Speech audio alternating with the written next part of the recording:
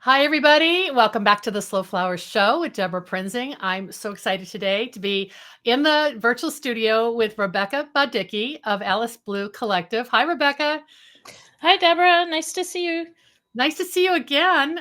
You're based in St. Louis, and we met in St. Louis, but then we've met at a few Slow Flower Summits, most recently in Bellevue, Washington in 2023. It was really fun that you came out to be part of that.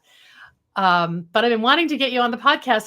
I love what you do, and we finally found time to talk about your studio, your growing operation, and your 10-year anniversary. Congratulations. Yeah, yay. Thanks so much. Yeah, well, so I mentioned you're in St. Louis, and years ago, actually pretty early in your studio journey, I came to St. Louis. I want to say it was like 2014 or 2015, wasn't it? hmm Yeah, and we met at an event at the St. Louis Art Museum, and you joined Slow Flowers, and I just have vivid memories of that. So maybe we could start by having you give everyone a snapshot of Alice Blue Collective, and also you have to tell us about the name. There are multifacets that Mhm. are kind of going on in the Alice Blue Collective world. Um, so we have restaurant flowers, we have some weddings, and we also have some city lots that we're getting to grow on. So there are also some other avenues we're starting to explore. And also, with my art background, I've started thinking about doing a book with watercolors of the arrangements that I make. Oh, wow. Wow. So Okay, lots to unpack there. We're going to see some photos of those city lots and your restaurant work and your wedding work. So we're going to show a little slideshow in a little bit. But first of all, Alice Blue has some significance as a name. So um, tell everybody how that came to be. Okay. My grandmother was born in 1900, and she was a great friend of mine growing up, as you can imagine. Most grandmothers kind of play that role. Yeah. Her favorite color was Alice Blue, and the color was named Alice Blue after Alice Roosevelt, Teddy Roosevelt's daughter, who was a little bit of a renegade and a free spirit. So my grandmother, for various reasons, like always mentioned this color as her favorite whenever we came across it throughout my childhood. And so my grandmother passed in 92, and I didn't start my business until 2014. But the name is a little bit of an homage to her. Mm, mm. And she also had an independent spirit and wanted to open a donut shop way back then. So, Entrepreneurial. yes, very much so. So Uh, actually, the blue was called Alice Blue back in the day. So what is it, sort of like an indigo or cerulean? What's the sort of range of blue in it you would uh, describe it as? it's actually the color that Alice Roosevelt wore. Um, and she repeatedly wore the same color gown. So the color to describe it is not quite pastel Hmm. and a light blue with a little bit of green added to it, Huh. but not teal, Yeah. more and less of a robin's egg blue. Yeah. Um, That's kind of so neat to have a color associated with your wardrobe to the point where people have named the color. So, yeah, I guess you could say it's a little like Tweedia, the blue Tweedia. oh, that's perfect. That's a perfect analogy. I love it. So you mentioned that your studio was sort of an, well, I don't know, maybe I'm jumping to conclusions. A kind of an extension of your training in fine art. Is that correct? Well, yes. This I the want to hear about that. Tell me about your training in fine art. my training in fine art was spending 4 years at New York University and focusing on fine art. So being surrounded by Soho downtown and then uptown, the Museum of Modern Art. It's just and then walking out the door every day, just surrounded by culture. How did I bring that into my practice? Well, I in school I didn't necessarily have to focus on one thing, so I kind of that was good for me because I learned a lot of skills. So uh, the way that I would say I bring them into my work is aesthetics. Yeah. And I would say that even from an early age, I tried to train my eye so that at least me, and I'm pretty picky, I like what I'm seeing, something that I've created. Right. And yeah, so I would just say that the challenge never goes away, and styles change over time, and so it's fun to keep up. Yeah. Um, Yeah. but also to not necessarily keep up, but to create ways of growing within the designs that I make. Hmm. Well, now your medium is our botanicals and the flowers that you're growing or sourcing. What other media did you do art in before you started Alice Blue Collective?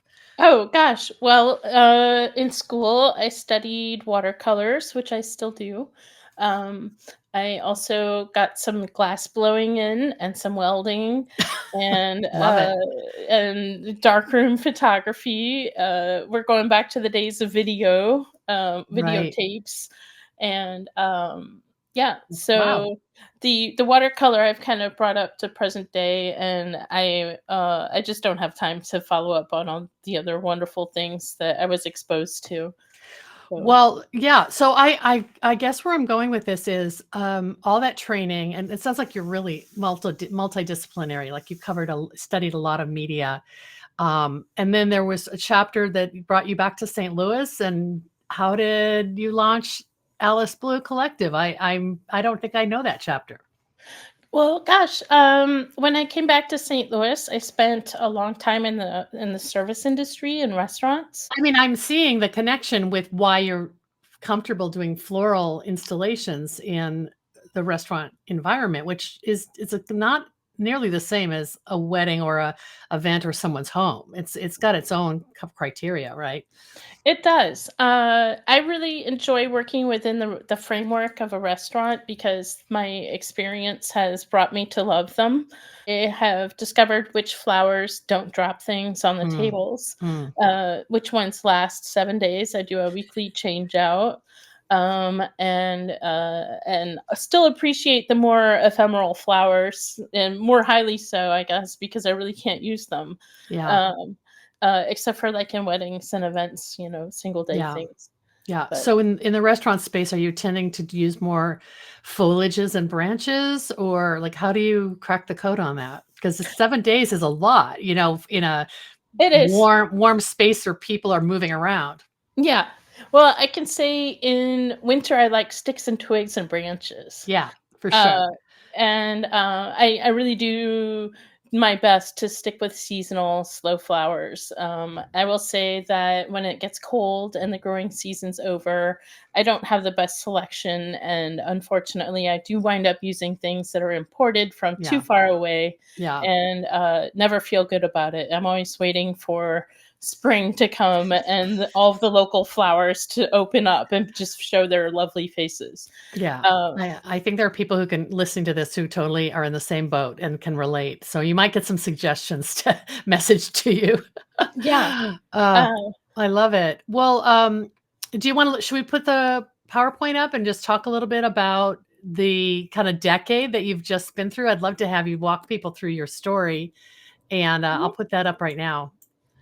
We put this together with photos that Rebecca sent me, and her commentary. So, but it needs to be you need to elaborate on all of these. I love this photo of you. And this looks like you're in a restaurant space, Rebecca. yes, I am. This is one of my favorite restaurants. It's called Brasserie. It's like a French bistro, and I think of it as the most absorbent place for floral drama. Uh, so you can't really see it. I think there may be a slide later, but in the background on the upper right, there are some branches. Go I figure. see a little Uh, bit. Yeah. I'm guessing they're forsythia because of the way things look. But it's, I don't know. So there's some branches up there. That's where there's a large urn arrangement in the center of the room. that I change out on a regular basis, on a weekly basis. Actually was kind of going to ask you about the general restaurant scene in St. Louis. Is it a farm to table kind of atmosphere where a lot of restaurants are trying to use local culinary ingredients so they get what you're doing, or are you having to educate them? Or why they should have local flowers or seasonal flowers in their restaurant spaces? I mean, I'm sure it's like I mean, if some budget's going to get cut, it might be flowers over, This I don't is know, true. local wine or something like that. Yes, this is true. How I have been fortunate, not having to go seek out so many accounts. Maybe Mhm, I should be, but at this point, I feel comfortable with where I'm at and kind of regrouping to figure out what avenues to pursue next, other mhm, than the ones that I've already mentioned, which is a cool. handful. In terms of educating people, potential clients about slow flowers, I feel like I've been very fortunate that the restaurants that I've worked with have already been on that page, and Yeah, either they've sought me out or it's been like a really natural flow to connect with them. that's cool. Yeah. And then I will say there are restaurants that are farm to table that do not have flowers, and maybe I should be searching. Okay, this is the beginnings. I think a lot of people can relate. 2014, tell us sort of what the snapshot of your origins, uh, what comes back? It's these key points: no cooler, working basement. Can I do this job on my own? Coffee shops and pop-ups. Mhm. Yeah, I mean, doing what you can with what you have. Uh, so working in the basement, I'll admit I'm still down there. It's not the most glamorous place, but it is multifunctional, and I've kind of bent it into the space that I need it to be. Um, Is it in your home? it is in my home. Yeah, but it's cool, right? It's cooler Uh, than the kitchen. it's it's cool, but I have to say I have a cooler down there, and so the compressor is inside, so I still need to use air conditioning to keep it cool in the Oh, summer. wow. Oh, wow. Um, but it's nice when the outside starts dropping temperatures because it's just the perfect place to be. Yeah. So Mhm. what was the actual incident that prompted you to start, designing flowers commercially or to be paid for them, rather than just for fun? Well, I can say I, in high school, worked for a friend's family who was a florist. So I basically cleaned buckets, and it was the 80s. So I was wiring roses, Yep. and learning how to tape and make bows. And did I already say clean buckets? There were a lot of buckets. But that's so interesting that was sort of an experience before you went off to art school, but, Hmm. Yeah, at some point you had those skills to combine with your aesthetic and do something new. it was kind of a wake up call, that I had other skills that I hadn't considered. Mm. And I mean, my mother used to send me out for flowers from her garden, and she had a vase that it was a no fail vase because it was a frog with like empty receptacles with Yeah. water. So it was just kind of like you cut it and you're done. Um, and we used that on the dinner table all the time. Oh, Uh, the natural progression into flowers, it seemed natural after high school. yeah.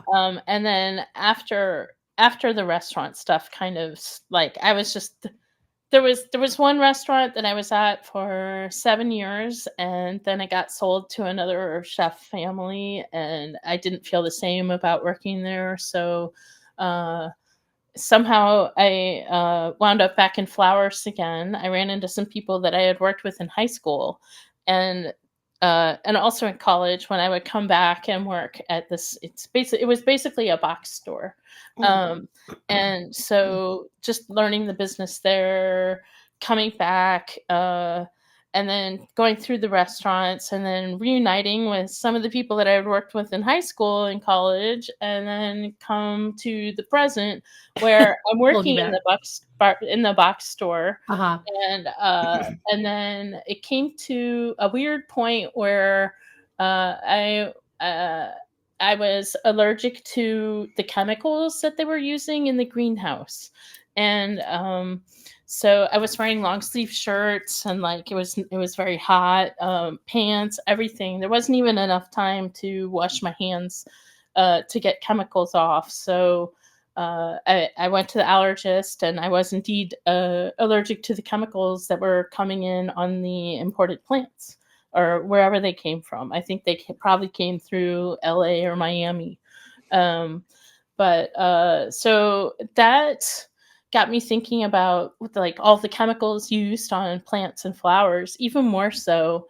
And oddly, because I was allergic to the plants, they assumed I couldn't work with the flowers, and so I was on my way out on my bike, having been fired the same day I brought in the allergy note. They're just like, okay, we're dismissing you. Wow. So You got were the problem. The chemicals I weren't was the the problem. problem. Yeah. So guess what? This is the best story. You have to include it. All right. Okay. I went down the alley on my bike, and there was a shop at the end of the alley, and it was like high end. They did very natural arrangements, like the kind that I thought were really like to my taste really beautiful and Mhm. natural and like garden-esque, not like something that's forced to look a certain way. um so I walked in, and they were working on the biggest project for the St. Louis Art Museum was doing a grand opening for a whole new wing. So they were having a huge donors dinner in all of Sculpture Hall. So there was one employee there, the rest were all out on a job or running around. And I walked in, and the person there said, "Well, tell me about your experience." So I like roughly kind of went quickly through everything, and I had a job that same day. Wow, that's And I amazing. started on the spot. You So started on the biggest job they'd ever done. yeah, yeah. And I then, love it. 2 days later, I'm like knee deep in buckets of flowers and putting them together with all these other amazing designers. And Hmm. what a great opportunity. Ah, I love it. I love that story, and yes, we have to keep that in. And when you talked about the garden-esque, I love that word. I'm looking at this image on this first slide, and that's sort of the impression that it gives. And I know this is one of your designs, not from 2014, probably more recently, but it looks just gathered from the garden and so harmonious. Would be epitomize your aesthetic right now, wouldn't you say? I would. Yeah. It has a little bit of everything, which I like. And it's not lacking color. So Right. uh No yeah, I beige mean, here. it kind of makes me happy looking at it. Yeah. What I like and don't like about it are the stragglers, like the cornflower or the forget me nots Yeah. sticking up. Yeah. Um, but on the other hand, you know that it was just cut because the next day it wouldn't look like that. Right. I love it. Okay, Yeah. next we'll go to 2015, and, this really, I think is maybe talks about your restaurant. These images and these words talk about your restaurant work as a floral designer, right? Yeah. So Gerard Kraft is an amazing chef. He opened a small restaurant called Niche years ago, and he has grown his business to multiple restaurants and multiple styles of restaurants. And I have been lucky enough to be able to do flowers for his restaurants for Mm, years, for mm, actually 10 years. wow. So it's been a blessing. I Mm, can say that. mm, They're really wonderful to work for, and yeah, and they're accepting of what I've been turning out as what I consider the most beautiful work I can provide every week. mm.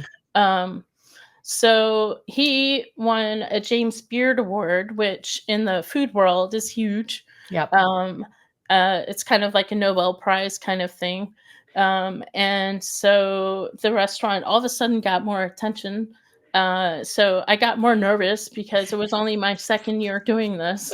And there was also a room size installation. So I felt extra pressure to make everything just like so over the top and the most beautiful I could. So this is the year when I was driving like 70 miles round trip, which, so that's less than 50 miles. Yeah. Um, but to gather the special blooming branches and the tall Joe Pye and like the best sunflowers that are over 5 foot. And so it was really meaningful to me to be Mm. able to put these things together for the restaurants. Yeah. This is a complete aside, but have you been watching The Bear, and the TV show about the restaurant world? I just binged on the third season, and there's this whole ongoing thing about the front of the house staff wanting to move the floral arrangements front and center, and then the chef Jeremy Allen White coming and moving them out of the way, and it never really gets explained. It's just sort of this undercurrent, and I just think that's what happens to flowers in the restaurant world. Some people prioritize them and some people think they're in the way. So I'm Mhm. glad you got priority through Niche. Do you still work with them? I do. I That's do. great. What is that little logo that says Olio? Is that another one of their restaurants? No, actually, Olio is another restaurant in town that's also farm to table. Um, the owner of Olio, I'm not clear on whether or not he has closed Olio or moved it, but Okay. he has moved his operations from where that location was. Um, and yeah, I'm not working with that restaurant group right now. That's a So beautiful arrangement though. I'm glad you included it. yeah, thank Okay. you. Yeah, moving on. Oh, I think I didn't put a date on this, but this is just a compilation of many of the wedding commissions that you've done, and weddings are a bucket you mentioned at the beginning of our interview. So you're continuing to work with couples and brides and families for wedding celebrations, in the season or year round. How does that work? Well, I have become more selective about the Hmm. weddings that I agree to do. Um, but I also do smaller weddings. I'm not looking for like $10,000 weddings Hmm. because I like to keep my team small. Hmm. And I also want to keep my team on top of everything as it comes in and as it goes out. Yeah. Um, so uh yeah. Yeah. Um, Well, I mean, the one on the bottom right, there's like 8 attendants. So that's probably um, on the larger side versus like an elopement or something, right? well, yes. Actually, these I didn't include the courthouse bouquet, but I those are super fun too. Oh, neat. That's wonderful. Yeah, but so yeah, the bottom right, I included that in the slideshow because that is probably the biggest wedding I've done in terms of like just everything. And Making everybody happy with their flowers. yeah, yeah. I mean, That's and fun. still people love eucalyptus, but that Yeah. was like an early like we have to have an eucalyptus wedding. Yeah, Um, exactly. yeah. I love it. All right. It's fun. So roughly how many weddings are you doing, in a season? Are you trying to just like do one per week kind of thing? Oh gosh, no. Way less, Deborah. I'm Okay. actually this year I would say I'm kind of taking a break from doing Mm. weddings. So maybe I shouldn't say that I'm doing weddings, although I am. If someone came to me and said, "Oh, I need a courthouse bouquet," I could put that together Yeah, yeah. quickly. If someone said, "I have a $6,000 wedding," I would think about it. If Because you someone probably have to said, hire freelancers or that sort of thing, right? yeah, I Yeah. do find that hiring out is somewhat limiting at times. So, Yeah. yeah, I think you that's should been a challenge. it's still one of your buckets, maybe just not your principal bucket. Right. So at some point you decided to start growing your flowers, and I need to know about this goldfinch garden. This is, you said you were growing around city lots in St. Louis. Is that sort of what this represents? Well, very much so. This lot I can actually see from my kitchen window. So it's close to home. It's right on the corner of a park. And I started, well, the reason that I wanted to start growing flowers was because I was driving so far for the tall stuff that I Right. realized, well, I have this space that I could get and grow my own. So, So how so did that that's come about? Is it a city program or did you just do uh, this privately? well, I acquired my lots different ways. And so this one here, there's a city uh land bank. So basically, if a person doesn't pay property taxes for 3 years or longer, the property goes to the city land bank, and then it's up for sale, or Okay. it can go up for sale. It's kind of, well, the process is a little bit cloudy. Right. So, but that is how I got Goldfinch Garden. And the reason that I call it Goldfinch Garden is because there are so many goldfinch when the sunflowers are blooming, and they just return. It seemed very deserving of the name, I love it. and it also fit with the alphabet, which I guess we'll get to later. Okay. We have a goldfinch and a garden, and yeah, it was just too cute seeing the goldfinch on top of the sunflower, kind of leaning over and eating. Yeah. And, they're like 8 foot in the air. And it's just a wonder to see all of the nature and things that fill the garden, even in the city. So what is the square footage or acreage? Is it the equivalent of a city residential lot? Yeah, I think this one probably was a two-family. So, two-family building at some point, and it's about 40 by 70 feet. Wow, that's amazing. So you're primarily growing summer annuals in this lot, or do you also have woodies and perennials? It's a mix of things. Wow. I actually have ninebark. I have peonies. I have let's see. I have thornless, blackberries, Yeah. roses. Oh, There wow. are gladiola and aramurus and some clematis, baby's breath, and LA lilies, and all of those return, so I don't have Yeah. to replant those. And what else? A chocolate mint that keeps coming back. Uh, What a great operation. And this is just one of your lots. this is one. Okay, Uh, and yeah. good. Well, let's see what's next. Okay, dragonfly fly energy field, and there's an X2. So is this tell me what this means. Well, the X2 is actually that it's two separate lots, Okay. but they're adjacent to each other, so it makes up one field. Okay, great. And is this Um, another is this another abandoned lot that the city put into their land bank, or how did you yes, okay. actually, so this is pre-land bank. So what happens before the land bank is the 3 years pass with no taxes paid, and then there's a sheriff sale with an auction. So I bid on these two properties and won the auction. Wow. So, and so yeah, uh, so they're in development now. I I don't know at what point to include this, Deborah, but my trespassing problems have been uh, ingracious, and I would just call it vandalism. Yeah. Um, I saw you put a mentioned needing a fence more than once. So, is that slowed you down that you have been hesitant to develop these lots? Actually, it is. Oh, It's that's too it's bad. really unfortunate, but that's one of the reasons that I've started developing other parts of my business. Hmm.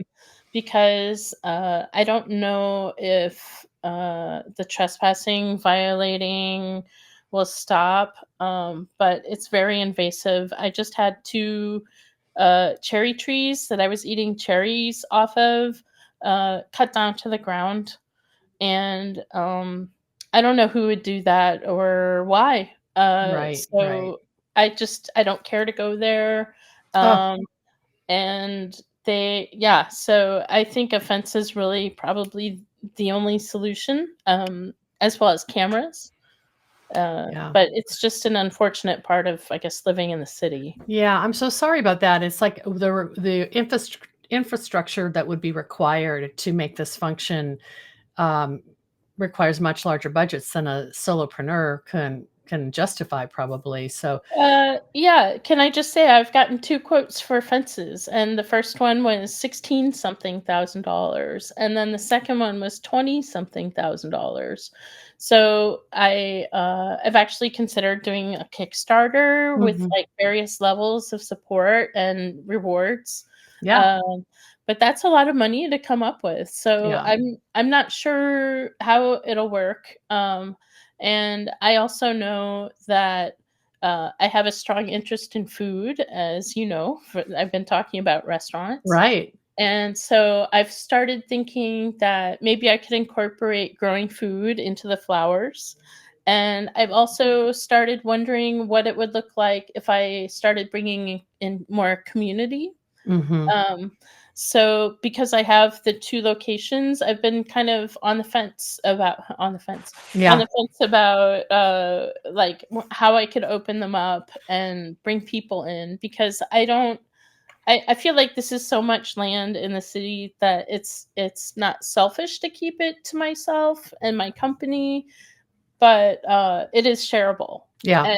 And so I'm trying to figure out with the city and the regulations and the zoning and this and that, like, what is permissible. Yeah. Well, And keep me posted, because I do think you're on to a unique perspective about community, and that you wouldn't be all alone in this endeavor trying to change people's attitudes about growing in the city. Maybe there'd be more respect if there were more, I don't know, more participants. Like, who would cut down a cherry tree? That's just heartbreaking. I'm so sorry about that. yeah, thanks. Let's move on to something a little bit more upbeat, because you've got more goodness to share. Thanks, Deborah. Yeah, the ladybug mound. This is at the Goldfinch Garden. Yes. Yeah, I Uh, recognize the building. Yeah. yeah. So, okay, on the left is the building, and then also in the middle picture is the building. But the what turned out is that the building is gone, and that is another lot. So it's actually 2 lots that are adjacent. So that And where the building is now, that's been demolished, and you have more land. yes. Okay. Yes, and, so that more recently had a building come down, so there's, like, little pits and sinkholes where things are settling, and, of course, there's, like, bricks to be found and, rocks and things, so I'm not really More willing to work. take it. Yeah, more work for Yeah. Rebecca. Yeah, no tillers yet. Although I would like to. I think I'll be tilling it once and then using a broad fork to do the Mhm. rest, so that it Mhm. is no till. Um, but yeah, so this garden I was thinking could be more sunflowers, Mhm. to extend the goldfinch garden.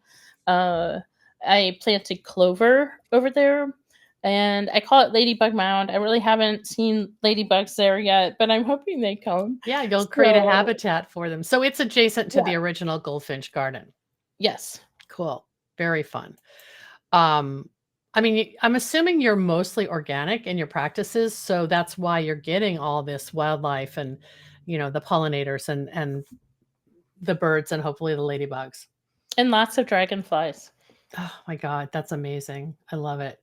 Okay, 2020, we all know what happened in 2020. I love your narrative here. You were scared. It was hard to find help. You were trying to get the garden going. You were dealing with vandalism, and then you also did some beautiful projects like participating in Art and Bloom Mhm. at the St. Yeah. Louis Art Museum, which is the event that brought me to St. Louis when we originally met, I think. Yep, it is. And yes, I have pictures of you from that talk that you gave. I Um, saw that in your gallery. I did not include them. I know, why not? I don't know, Oh, but it was, I'm like, "Oh, I have that apron still. Oh, I have had white hair back then. Okay, great. I love it." But this is sort of, while some of the things on the screen on your slide are not positive, there's also some really positive things happening, because do you feel like it's sort of a stamp of approval with your credibility when you are invited to participate in an event like Art in Bloom? Well, I'm going to say yes, absolutely. But also, Art in Bloom is a juror process. So I've been lucky to be chosen multiple years in a row. And I can't say how much I love the St. Louis Art Museum, but I can say that I'm always thrilled to be able to walk in with flowers. Yeah, yeah, yeah. I remember there were some. Well, and I think other art museums are like this too. There's some quirky requirements because of concern about protecting the art, and Mhm. um, that's a challenge when you're bringing fresh flowers into a space. This is a really beautiful piece, and so for people who are listening to this, you'll want to look at the video. But um, you were invited to respond to that canvas with a three-dimensional floral arrangement. Right. And it's really it's not with sustainable flowers. I had to make it in the end of February. So I used what I had. I had Yeah, the pampas grass, or well, I forgot what that grass is, but yeah. and then I sprayed that. So nothing about it is really all that sustainable. But I feel like I was able to get to the core of the painting with it, and that Yeah. was a challenge. And So some years it takes place a little bit later, like in April, I believe, right? yeah, they moved it up to early March. So, Mhm. but, Still a challenge. yeah. Anything else you wanna mention about 2020? It was a big pivot year for so many people. Oh gosh, I mean, it was just like it seemed like there was all the time in the world, but, trying to find, like, help and get over the trespassing and the vandalism, I just felt stuck. Yeah. And, I noticed other people were doing great pivoting, like putting online classes and, flower CSAs, and I just felt stuck. Yeah. I don't know what happened in 2020, but I'm glad it's over. Yeah. Um, Maybe what got you unstuck was 2021, because it looks like, you kept going with some of your projects. Now, I put this photo on here just because I thought it was a beautiful one of you, but just talk about some of the things that you listed as highlights. okay, well, I got a grant for I think it's UNTA, but it's the urban non-traditional farm, Okay. basically. And so they had grants for that. I believe they still do. I have stopped applying Mhm. for a while at least. But I got a grant to develop the farm. So this grant I used for putting electric, and also I had slated for a greenhouse and a shed, which didn't work out. Well, the shed did work out. I'm sorry. And it's amazingly beautiful, and Mm, I have storage in it. But eventually, I'd like to use it as more of like a home base, kind of mhm, like, or at least like more operational than it mhm. is. Actually, so DEF is the Dragonfly Energy Field. Oh, okay, great. And so yeah, and so the grant was only partially completed, and so it left me without a fence and a greenhouse. Which is still on your wish list. Yes, Yeah, yes, of course. okay. Yeah, I mean, okay, it sounds like, nothing is easy. Everything is sort of a lot of work and a lot of grit, which, you're proving to yourself that you have. There are a lot of challenges to meet, and as a small business owner, and not and I'm fortunate that I don't work alone so much with my assistant Kim, who really, I'm just gonna say, kicks ass. Great. Um, she's great to have around. But you working in a small business, you just learn how to put the hat on, and if you don't have the hat, you go find the hat, and then you put it on, and then you do the job. So I've got a banner on my wall that says "Figure it out," and I want to take a picture and text it to you, because women figure it out. I mean, we yeah, just do. yeah. This is really exciting. So St. Louis, 2022 St. Louis Art Museum, Art and Bloom, had you obviously return, and then you also did all the florals. Is that picture on the right what you talked about, the sculpture Yeah, actually, space? so the picture on the right is Sculpture Hall. Yes, So I remember I that gorgeous space. It was really high soaring ceilings, and Mhm. they do all their cocktail parties in there and their receptions in there. So I had 6 pillars built for this, and so it was pretty cool to come up with the concept and then bring it into life. So that was awesome. As that is more of a selection process. It is juried in a way as well. But so I was just lucky to get the Mm. job and pull a team together and put the best stuff out there. So So talk about these pillars. They're almost like wooden um, rectangles, but very tall, but there's spacing between the slats. So what, you look inside and see flowers? Is that, yeah. and then flowers come out emerge through the opening at the top? Well, so I used fairy lights as well as flowers. Oh, fun. Um, and I there's see flowers that. on top as well. I had hoped that they were tall, even taller than they were, but they got just slightly cut on installation time. Um, and then I spent a lot of time like trying to get the flowers on the inside of the pedestals to look just so gorgeous, or inside of the boxes. Mm. In Mhm. 2023, you said it was a great year, no big curved balls. I need a fence. What is this machine? It was a landscaper's machine, and he brought it for me to use. I can't even tell you the name of the machine. I just know it was a dream to work Was it. it sort of like a walk behind machine that you Mhm. cleared the lot?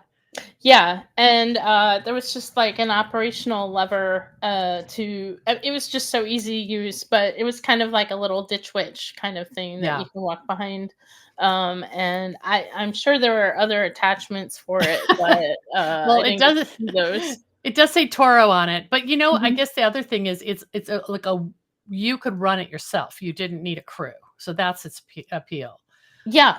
Well, that and storage isn't so much of an issue, Yeah. and it's of a size where it seems like it'd be used more than once. It seemed very functional. Yeah, it seems like you'd use it every season. Anything else you want to mention about 2023? I love your next slide, so we can go to that too. You mentioned something about the alphabet. And so that's why I believe this slide talks about the ABCs of Alice Blue Collective, because we like to have fun. You've covered the whole alphabet here. Why don't you walk us through? These are sort of, I feel like this is sort of your manifesto. Yeah, in a way, it is. Uh, Good call. We have Alice Blue Collective, so we talked about the name.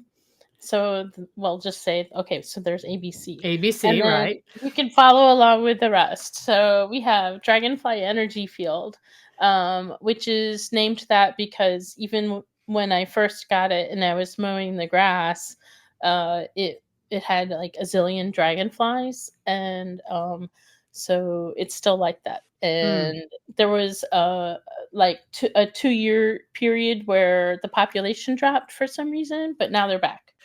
No, the energy field, I just thought was kind of like, okay, well, it's a field, and I thought the dragonflies kind of add to the atmosphere, so I just popped the word energy in Oh, I there. love it. I love it. The And fly. I love it. yeah. And then you've got Uh, the Goldfinch Garden, which we mhm. visited, and Sunflower Center there. What uh, is HIJK sales cart?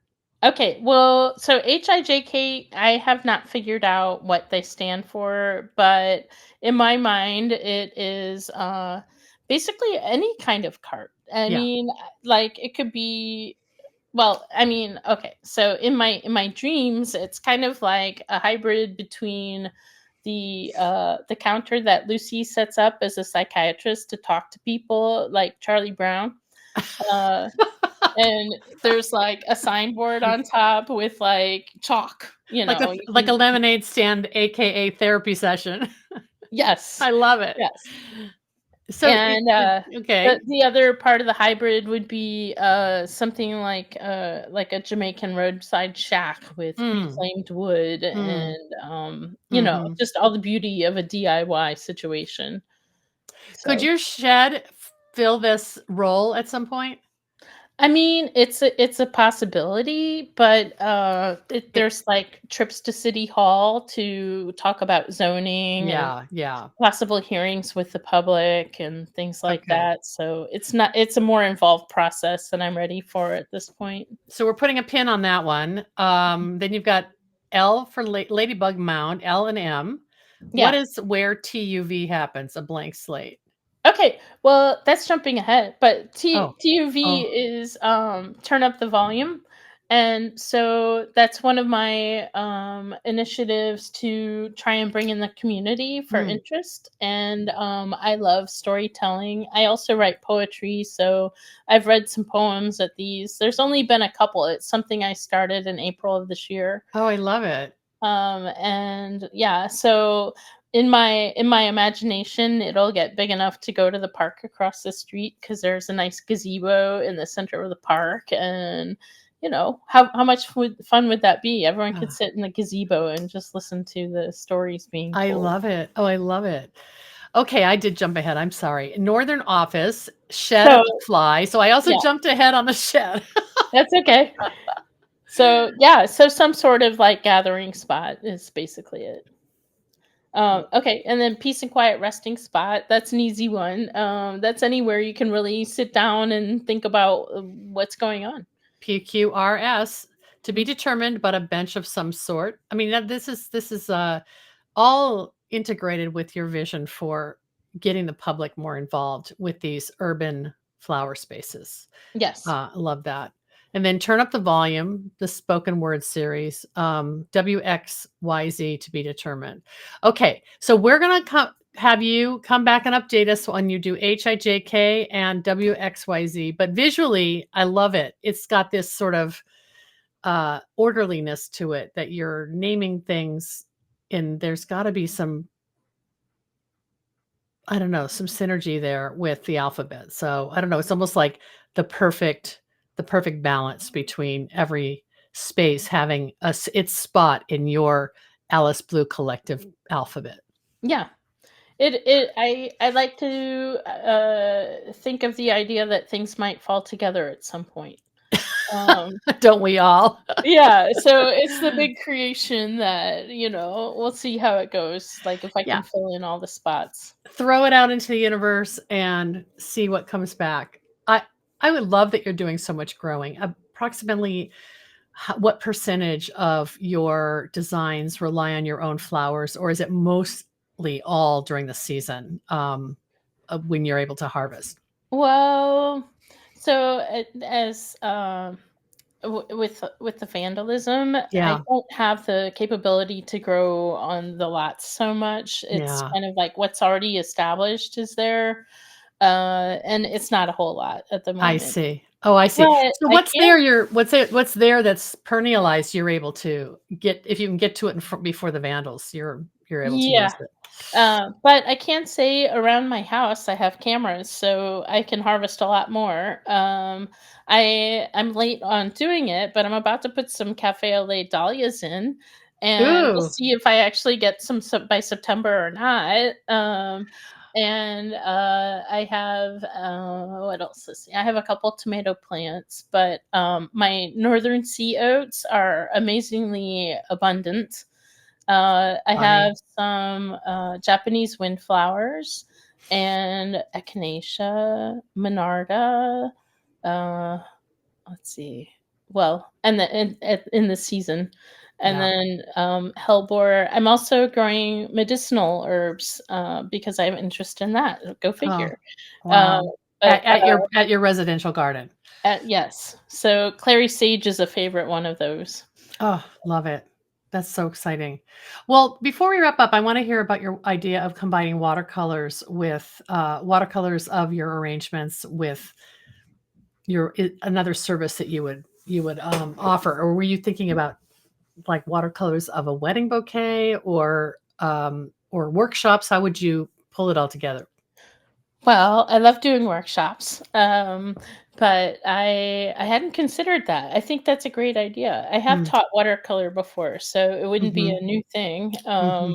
And as far as the book, I think it'll just take time to come together. Mhm. So I'm not putting a big push on it. For my clients, I do like to make watercolors. Mhm. So I do outdoor planters as well for the restaurants. And so sometimes the concept involves like making a watercolor mock-up. And Got it. Yeah. so I got feedback from the last one I sent that it was really helpful. Yeah. So I'm not going to discontinue. And I think that in the future, I would like to consider putting. Well, I mean, not consider. I think I would like to give the bride a watercolor of her bouquet Mhm. or my concept of it before it happens. But I think that would be really something neat, as Yeah. like a memento of the wedding.